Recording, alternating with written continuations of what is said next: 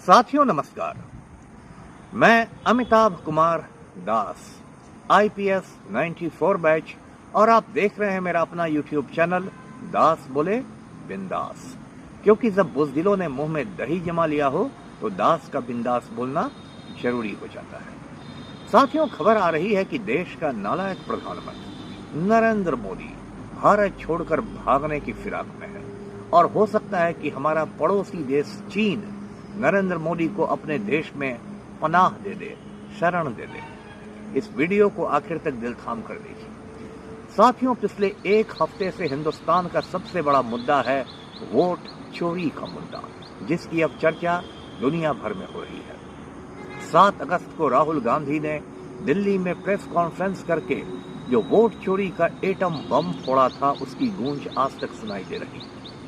राहुल गांधी ने Bangalore central Lok Sabha seat की एक विधानसभा सीट का मामला उठाया था, महादेवपुरा का, और बताया था कि सिर्फ महादेवपुरा में चुनाव आयोग ने 1 लाख से भी ज्यादा वोटों की हेराफेरी की और भारतीय जनता पार्टी की झोली में बेंगलोर सेंट्रल का सीट डाल दिया।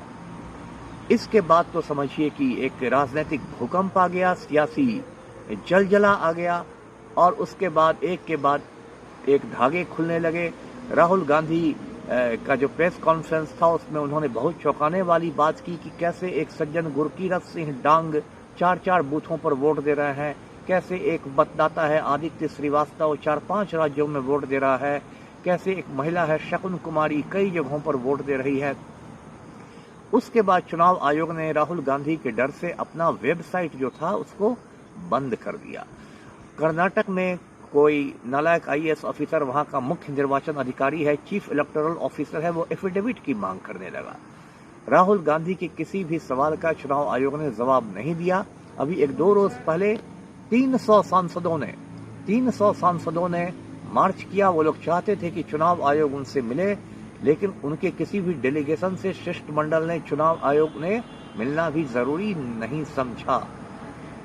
इसके बाद एक से एक घटनाएं आ रही हैं। चुनाव आयोग ने विपक्ष को डिजिटल वोटर लिस्ट सौंपने से इनकार कर दिया है और सुप्रीम कोर्ट में जो सुनवाई चल रही है SIR पर, स्पेशल इंटेंसिव रिवीजन पर, विशेष गहन पुनरीक्षण पर, उस पर चुनाव आयोग की गुंडागर्दी देखिए। चुनाव आयोग ने कहा है कि हमने बिहार में 65 लाख वोटरों के नाम काट दिए हैं, हटा दिए हैं, लेकिन हम उसकी सूची सुप्रीम कोर्ट को नहीं सौंपेंगे। मतलब बिल्कुल गुंडागर्दी कह लीजिए, एक तो चोरी, उस पर से सीना चोरी का मामला है। ये अभी देश में हो रहा है।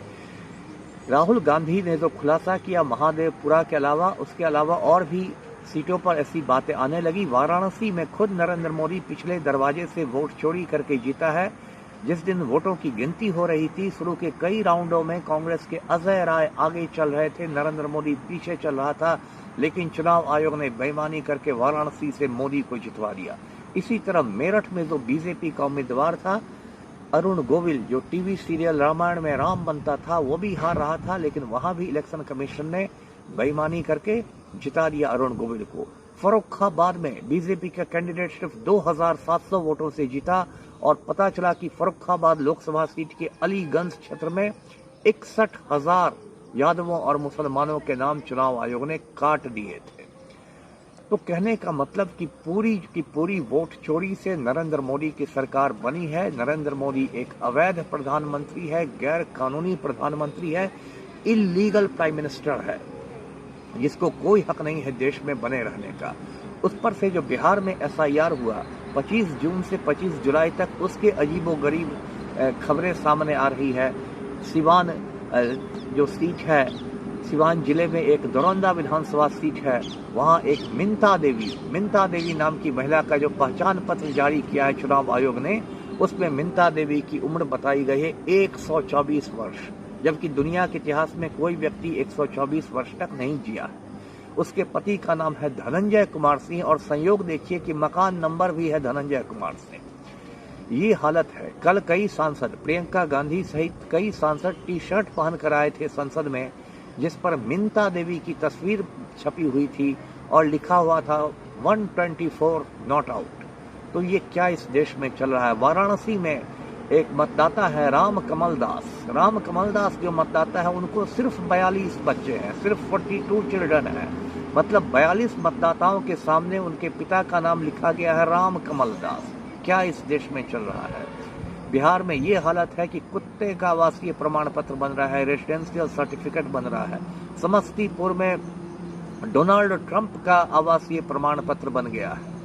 तो इस तरह से इस पूरे देश में लोकतंत्र का गला घोंटने की साजिश हो रही है और नरेंद्र मोदी एक तानाशाह बनने की कोशिश कर रहा है। लेकिन हर तानाशाह का अंत होता है, अब मोदी का भी अंत करीब है।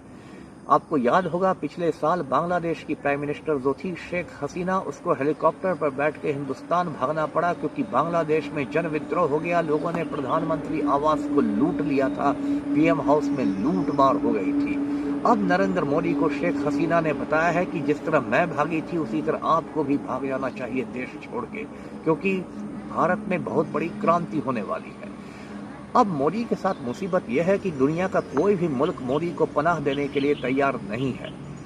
डोनाल्ड ट्रंप जो अमेरिकी राष्ट्रपति है उसने भारत के विरुद्ध व्यापार युद्ध छेड़ दिया है, ट्रेड वार छेड़ दिया है, 50% टैरिफ कर दिया, उसको और ज्यादा आगे बढ़ाने की धमकी दे रहा है। यदि ये टैरिफ 75% तक पहुंच गया तो समझिए कि भारतीय अर्थव्यवस्था मिट्टी में मिल जाएगी, इंडियन इकोनॉमी मिट्टी में मिल जाएगी। तो नरेंद्र मोदी देशी मोर्चे पर भी घेरा गया है, विदेशी मोर्चे पर भी घेरा गया है। अब इस समय में मोदी के लिए उम्मीद की एक ही किरण बची है कि उसको चाइना यानी कि चीन अपने देश में पनाह दे सकता है। आपको याद होगा चीन का राष्ट्रपति शी जिनपिंग मोदी का लंगोटिया यार है।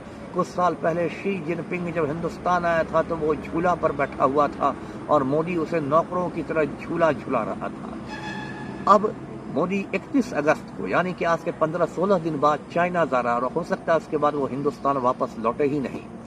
और शी जिनपिंग राजी हो गया है मोदी को अपने मुल्क में पनाह देने के लिए, क्योंकि चाइना को ऐसा लगता है कि मोदी को शरण देके वो दलाई लामा का बदला चुका सकता है। आप जानते हैं कि तिब्बत के धर्म गुरु हैं दलाई लामा। जब तिब्बत पर चीन का कब्जा हो गया तो तिब्बत के धर्म गुरु दलाई लामा भारत आ गए और भारत ने उनको शरण दे दी, पनाह दे दी, शेल्टर दे दिया। तो चीन को यदि लगता है कि यदि वो नरेंद्र मोदी को पनाह दे देगा तो एक तरह से वो भारत से दलाई लामा का बदला भी चुका लेगा। तो मोदी के भागने की पूरी तैयारियां चल रही है। एक बड़े से हेलीकॉप्टर में कई सूटकेसों में मोदी सोने, चांदी, हीरे, मोती, जवाहरात, नकद लेके भागेगा और अपुष्ट खबरों के अनुसार मोदी के साथ कंगना रनौत भी भाग सकती है। तो साथियों इस वीडियो को लाइक करें, शेयर करें, चैनल को सब्सक्राइब कीजिए। धन्यवाद। जय हिंद।